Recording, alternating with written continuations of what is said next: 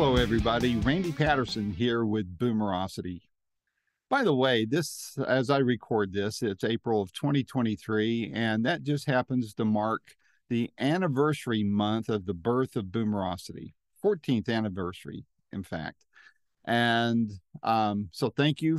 If you've watched us all this time or read us all this time, thank you for your following. And if you're new, here's to 14 more that you can join us with. So one of the ways I'd like to mark this anniversary is with an interview with a rock and roll icon. And if you're a baby boomer, obviously one of the big bands that marks the soundtrack of our youth is the band Grand Funk Railroad. And Grand Funk was co-founded by a gentleman by the name of Mark Farner. I first interviewed Mark back in 2011, almost exactly 12 years ago. And then I interviewed him again 3 years ago. Well, he's got a new project coming up, which has to do with teaching you how to play some of the great Grand Funk Railroad songs. And you're going to love the price of it. But in order to find out the price, you got to watch the interview. So for those of you who may not remember who Grand Funk is, they did songs like Locomotion and American Band and I'm Your Captain. And Mark had went on from Grand Funk Railroad and enjoyed a great solo career, which included some great music in the contemporary Christian music space. So this interview, we talk about the instructional videos that he's coming out with, some hints about new music that we may be able to see later this year, and just some of his views on what's going on in the world today. So without any further ado, here is Boomerocity's third interview with the great Mark Farner. Until next time, this is Randy Patterson with Boomerocity. Hello, Brother Mark. Hey, Randy. How you doing? It's been a while. Good. Yeah, man. Hey, I love the background there, man. I'd love to catch one of those guitars while your back is turned. Yeah.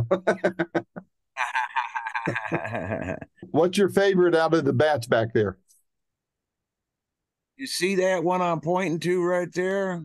I believe so. Is it the Les Paul? Messenger. Oh, okay. That's the one I started with. So that's my favorite. But I have graduated to a Parker Fly, because of the weight. When I had an operation in 1996 on C6 and C7 were fused together in my neck. Wow. Yeah, and the rock doc, who had a longer ponytail than me, tells me no more Les Pauls, no more Les Paul Juniors, no more Stratocasters, no more Telecasters. I went, stop, man, you are killing me. You're naming every guitar that I play, you know. So then I contacted Ken Parker, and I told him I got to have a 5-pound guitar. Can you fix me up? And they sent me guitars. And in fact, they made me a couple of nice custom hardtails because I don't use a whammy bar. Yeah. Oh. So they sent me some hardtails, and I'm playing one right now, a blue one. I've had the red ones for years I've been on stage with, but the blue one that I have now her name is Betty. And that's after my mother, who got me into playing guitar when I was 15 years old. That was like 60 years ago, brother. Wow. Wow. And that's really kind of a late start for guitar players, isn't it? Yeah, actually it is. But it hit me at the right timing because I could no longer play football or run track. My mother... I never could, period. So... Well, I tried running track. Actually, I ran cross country one year at the high school that was the competition to Alice Cooper's high school, but he was about 10 years before me. But he went to Cortez, I went to Moon Valley. So, but in Phoenix, Phoenix. So, but yeah. But, well, hey, before we get into your latest venture, I want to first of all thank you for letting me interview you for the third time. But more importantly, thank you for all the great years of amazing music. For your music to be part of the soundtrack of my youth and the youth of our generation, and everything that it respect. And I'm not talking about just Grand Funk. I'm also talking about your Christian work and your solo work, and all of that kind of stuff. It's all amazing. And I want to thank you personally and let you know how much I appreciate every note of that. I appreciate you saying that, brother. I take it as encouragement. Well, good. So one more question before your latest project. Last time we talked was about almost 3 years ago. The pandemic was in full swing. I think you called it the scamdemic, if I remember right. And how did that wind up panning out for you as far as performing, recording, writing, any other kind of work, family, that kind of thing? Well, it ended up, as far as working, it cut the work. We stopped playing live performances, and there was all of this horse crap of people trying to enforce wearing masks, and you had to prove that you were vaccinated, and all of this nonsense that violates my rights as a constitutional citizen of the United States. And then there was the music, and brother, I did find a few outlets, the first of which was David Fishoff with Rock and Roll Fantasy Camp. Mm-hmm. And he had like 350 campers that he wanted to do this like what we're doing, only me doing some songs and entertaining. And so I did that, and I discovered for the first time, brother, when you're playing to a monitor like this, when you get done with that song, there's no applause. It's crickets. It's like, where are the accolades? Where are the people saying more? What? Oh yeah, it was a new adventure, brother. Yeah. I participated in one of Joe Bonamassa's streaming concerts. It was at the Ryman there in Nashville, and watching it live, it was just like you said, man. You know how he plays, and there's some big crescendo end, and nothing. And I was like, wow, for a performer to have to sit there and just play their hearts out to nothing. Know it's out there somewhere, but you're not getting that feedback. I mean, that's just got to be almost traumatic, Oh, brother, it is, Brother Patterson. And I'm thinking, why couldn't they at least like play some canned audience, applause or something? Plan it out a little better. Give us just throw us a bone, Well, now that it's lifted up, are you starting to get out there and play some more, or have you started that yet, or what's the deal? Yeah, for about the last year, we've been gradually picking up the concert touring, live performances. Of course, I won't go if there's any restrictions any place. I just refuse to go there. But a lot of these people now are waking up and seeing that all these countries that didn't have any restrictions did the best. Period. You can't argue with the statistics, the truth of the statistics. So we're getting back to some normalcy. And the thing that I find, Brother Randy, people are more appreciative now. Yes. That they have been. They were separated from doing what they would normally do, what they could do out of the freedom of being a U.S. citizen, and it doesn't matter what country you're in, just being able to go to a live concert now. Mm-hmm. And the audiences are more alive, more aware, and more conscious of the blessing of music. And they don't take it so for granted. I think, we got to the point where in the United States, at least, it seems like we were pretty fickle. Yeah. As an audience, a lot of fickle audiences. What are you going to do next? But now that it's been turned around, And I think that proved to give a new life to live music and to those of us who perform live and take it to the world. I think, too, if I might add, you haven't mentioned it, and maybe it's from humility, but I'll say it. I think for those of us who appreciate the classic rock genre and the blues and, you know, the stuff that really built the music business, we as fans appreciate it when you, as the performers and writers of that music, are still showing up to play and you still give it your all, and it's still good to listen to. So, again, you know, another way to get back around to thanking you for all that. But I do think that, at least in my generation, our generation, and those who love our music, I think there's a greater appreciation for those of you who are still around doing it. And so, again, thank you for that. Yes, sir. It is my privilege, my honor, and my blessing to still be here and to bring my music to those who appreciate it.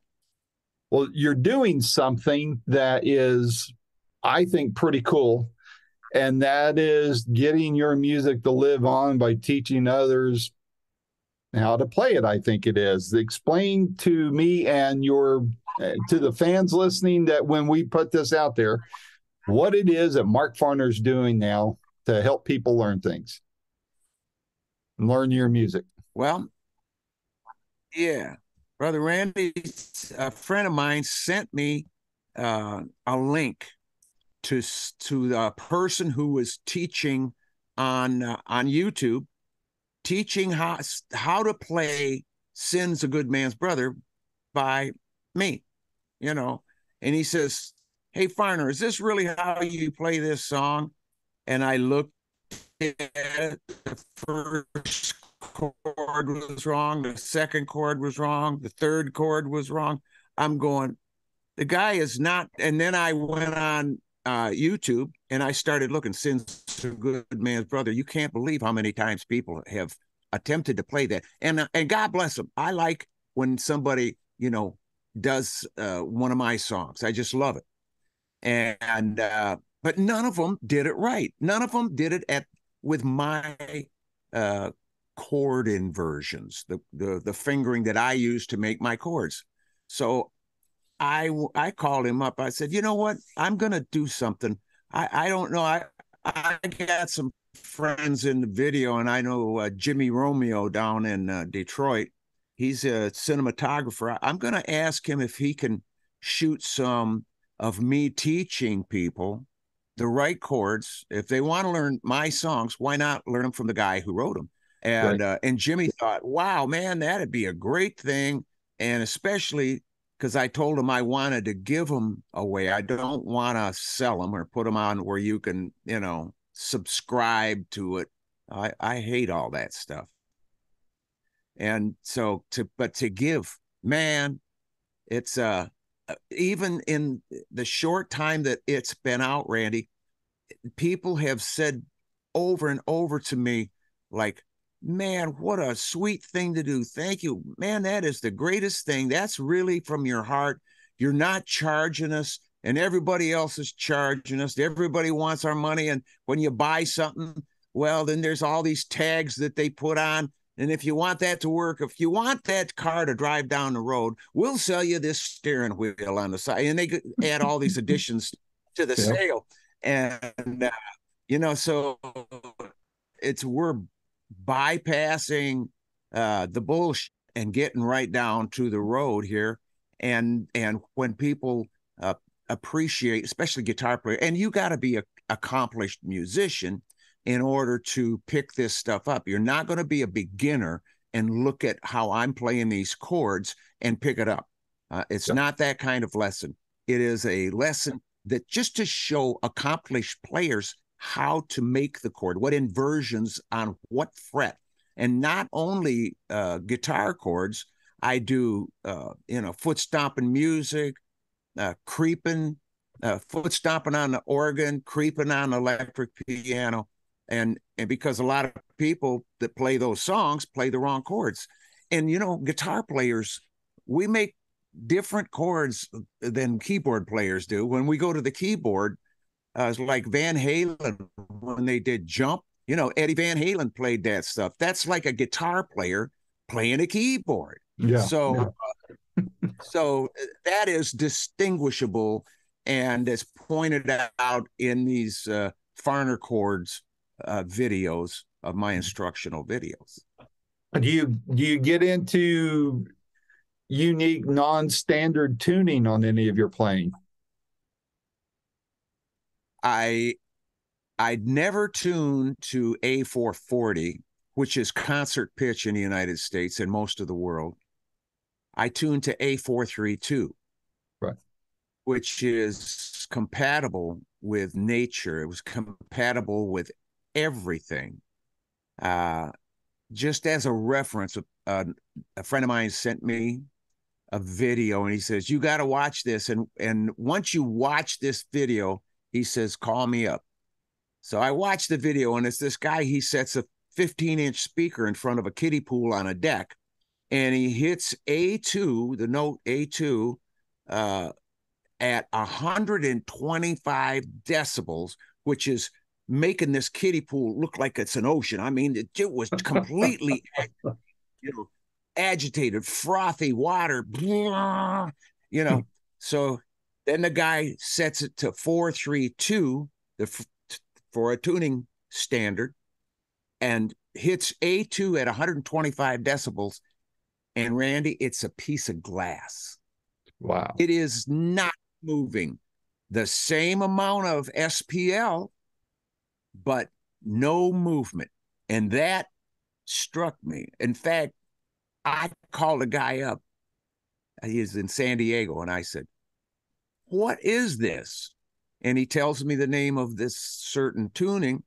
And he says, I want you to tune your acoustic guitar to 432. He says, and play it. And then call me back, man.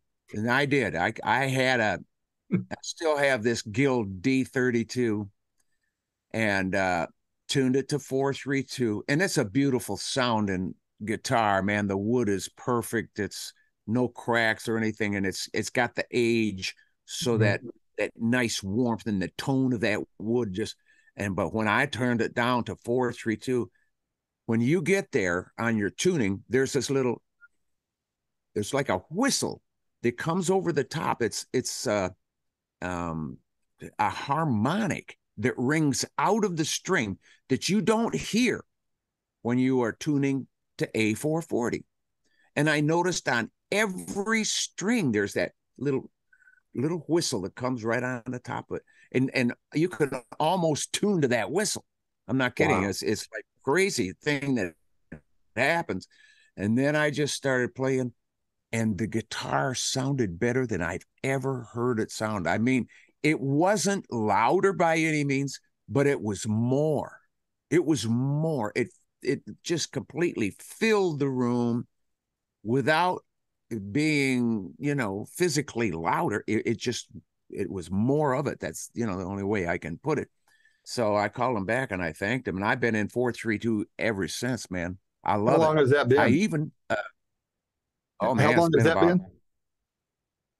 12, 15 years. I did the walk down Abbey Road. I did Happy Together tour, with Flo and Eddie. I asked them guys if we could tune to 432, and one of the guys in the troupe says, I don't know if it's because we're in 432. He says, but I swear to God, man, the audience seems happy, really happy. He says, well, I got to attribute that to the songs and everything that we're playing to them.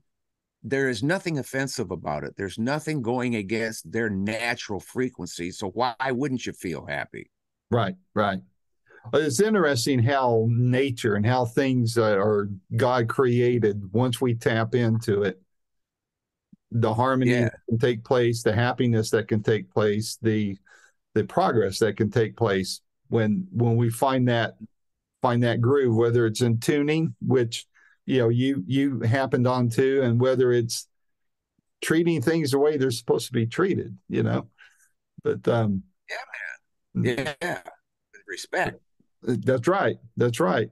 So how many videos have you put out so far? This is the first one. Okay. Okay. I didn't know if there was others that I didn't see. What's been the feedback so far? People are just what I've heard are people are very overjoyed that I'm doing it in the first place, because there's been a couple of guys that I've talked to that had learned my songs from watching other YouTubers play them. And there's one guy in particular, I wish I could remember his name, that I watched. He was a very good guitarist. His method, his style, everything was very professional. He didn't, there was no rattling or anything, and he was very specific about, he even knew the names of the chords that I can't read music. So he's saying this was an augmented ninth, 13th, 14th, you know, something, you know, all that stuff. And these guys are saying, you know, we just appreciate that it's you doing it. And you can tell, the guys that I was talking to, they said, you can tell that you love what you're doing. It's just like when you're on stage, you can tell that you just love what you're doing. And that's really part of what makes this is, I don't have to fake it, brother. I love what I'm doing. And I love when people are so interested that they want to learn the right chords. Yep. Yep. What's going to be the cadence of the releases you're doing? Is it going to be monthly? Is it going to be quarterly? What's your schedule looking like for that? I believe we're going to try it monthly and see how that works. We're just going to have to see it. We've never done anything like this, so we'll base it upon the reaction that we get. You know, if somebody says, "Oh man, I wish you'd have left that up there longer," then we might, like you mentioned, Randy, it might leave it quarterly. But I think, well, we're just going to do one a month to start with, and then we'll take it from there. Cool. So what's going to be the next one you put up? Well, either foot stomping or creeping, because you know, there's a lot of keyboard players out there that and this is not against any of the ones that I've had the pleasure of playing music with. There's never been any keyboard player, no matter how accomplished they are, that played foot stomping music correctly. They would hit these chords that were wrong chords. And I would walk over and say, well, this is how it really goes. I mean, this is, you know, holding that B flat in there on that rundown. You got to hold that B flat in every one of those chords or it doesn't sound right. And they go, oh man, is that how you do that? And so I think, you know, to be fair, we're going to give one to the keyboard players the next time out. We'll be busting out a shoot number 4 on Dynamo. Good deal. Good deal. Yeah. What's the so I'm this is going to sound like an obvious question, but I find sometimes the obvious questions get the unexpected answers, so I'm going to ask it anyway. When it's all said and done with this, what are you hoping people take away from? What do you hope they get from it when all those videos are done? You say, okay, that's it, no more. I'm going to get what I'm already getting, brother. I'm getting such love from those people who have watched them and who have expressed to me the kindest words, the most uplifting and encouraging words. What more could anybody want than to be encouraged and lifted up by others who enjoy what they do. Wow. I mean, I have got my reward. I don't need any money for this. I've got my reward from the love of the fans who really mean it when they say it. And I know the difference by now. That is so cool. That is so cool. But you know what? Even then, I think people would have been more than happy to pay the guy who made it happen in the first place. The fact that you're not charging, it just again shows people the class act that Mark Farner really is. So that's amazing. That is amazing. What's on your radar for the next year or so? Well, we got a lot of live dates. You can find that at markfarner.com, right along with Farner Chords. The live dates are all over the country. You can find also in my store at markfarner.com. All of my merchandise is made in the United States. It always has been. And I tell people if they ever found a garment, a t-shirt or a hat or whatever that is foreign made, you know it's a bootleg, because I've only put my stuff on USA made products. I want to support my country, and I'm trying to lead by example, Brother Randy. I want to be an example of how to restore our country. And to do that, you got to support it.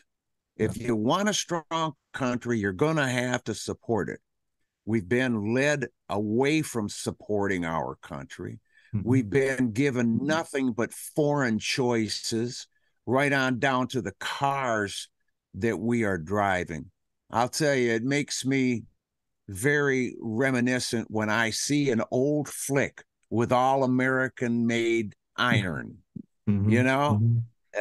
And now you see all of these, the new flicks, you know, they got all kinds of different foreign cars.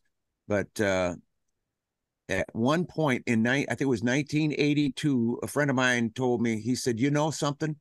If 10% of this country would go back to buying American cars, it would revive our country. It would revive the economy.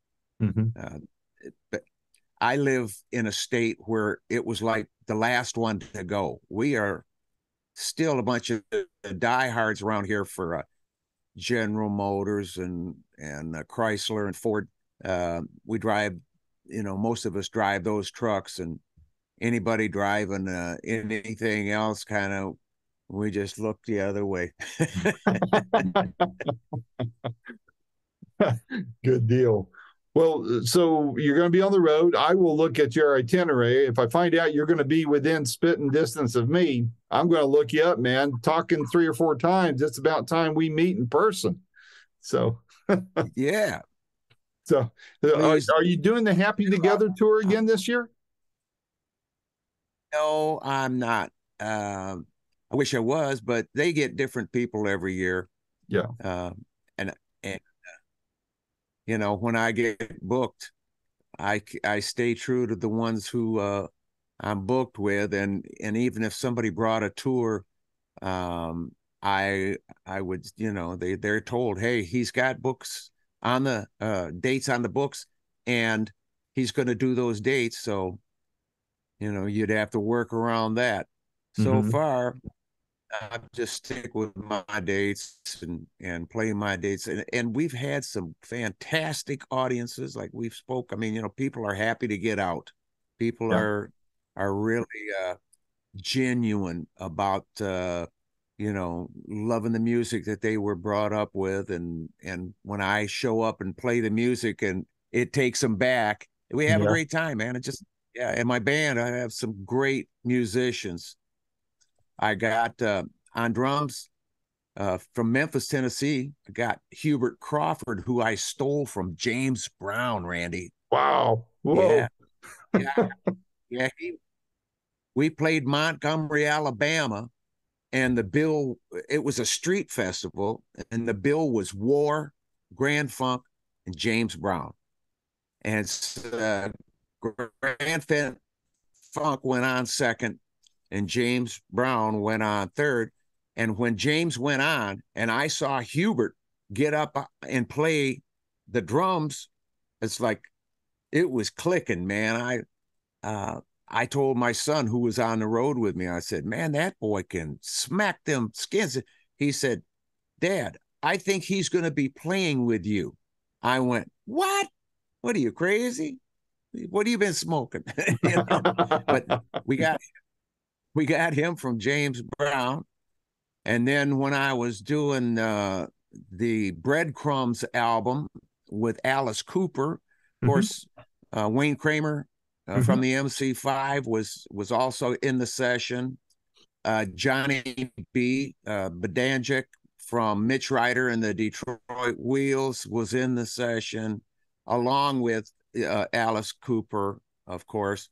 But Paul Randolph, the bass player, I'd never met him. I'd never heard of him before, but he was playing and doing a good job on bass guitar. And then when we went into the vocal overdubs, he was standing next to me and singing at the same time, you know, and I'm hearing this great, he's like 6'3". I'm down here 5'7", right? And I'm looking up there and I'm hearing the highest voice in the room, that one who's standing the highest. So when the session was over, I asked him, I said, hey, you know, being that you're a Detroit boy, the same home state as me, what would you think about going out and doing some dates with me?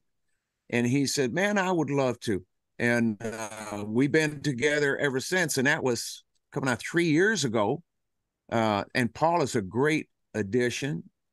And we got Mark Hoyt out of St. Augustine, Florida, who's a great keyboard player and singer. And the thing about the band is everybody sings. I got 4 guys, you know, it's a 4-piece band, and we all sing. So it's nice, full vocals.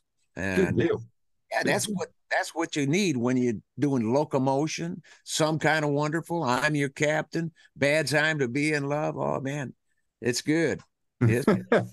So is there going to be any new music from you in the future? Absolutely. I've been working with Mark Slaughter from the group Slaughter from the 80s. And Mark and I played together on Howard Stern in New York City. We were there to do a rock and roll fantasy camp for David Fishoff. And we got a call. David said, hey, Howard Stern wants you guys to come over and play live on his show. So we all go over, and it was Sandy Gennaro on drums. He played drums with Joan Jett. It was Kip Winger on bass guitar. Teddy Zigzag from Guns N' Roses on keyboards. It was who was it? Bruce Kulick on acoustic guitar. And he's in the faux funk now. Yeah. But Mark Slaughter played guitar and stood about maybe 2.5 feet, 3 feet away from me, and we were kind of facing each other in the studio. And he's singing and playing. I took my headphones off because I couldn't get in touch with the band with those headphones on him. So I just kind of threw them off, and I'm standing there playing, everybody, you know, we're doing I'm Your Captain.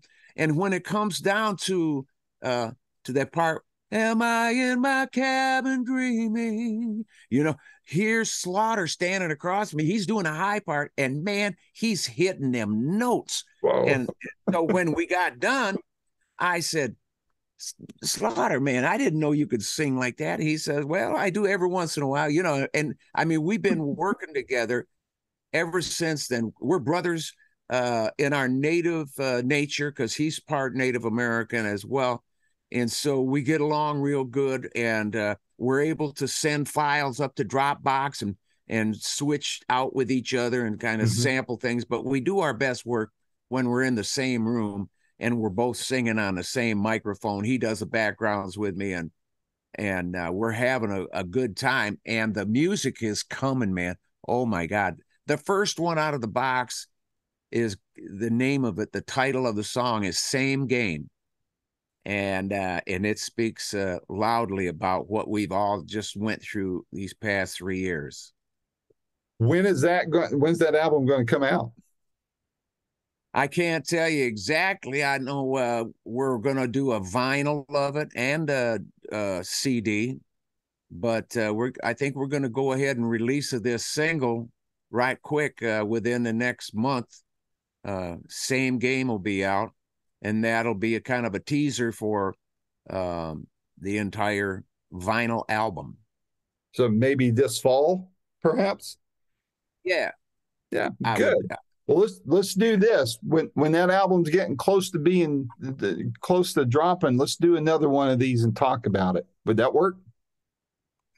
That works good, brother. Yeah, right, man. We'll I appreciate it.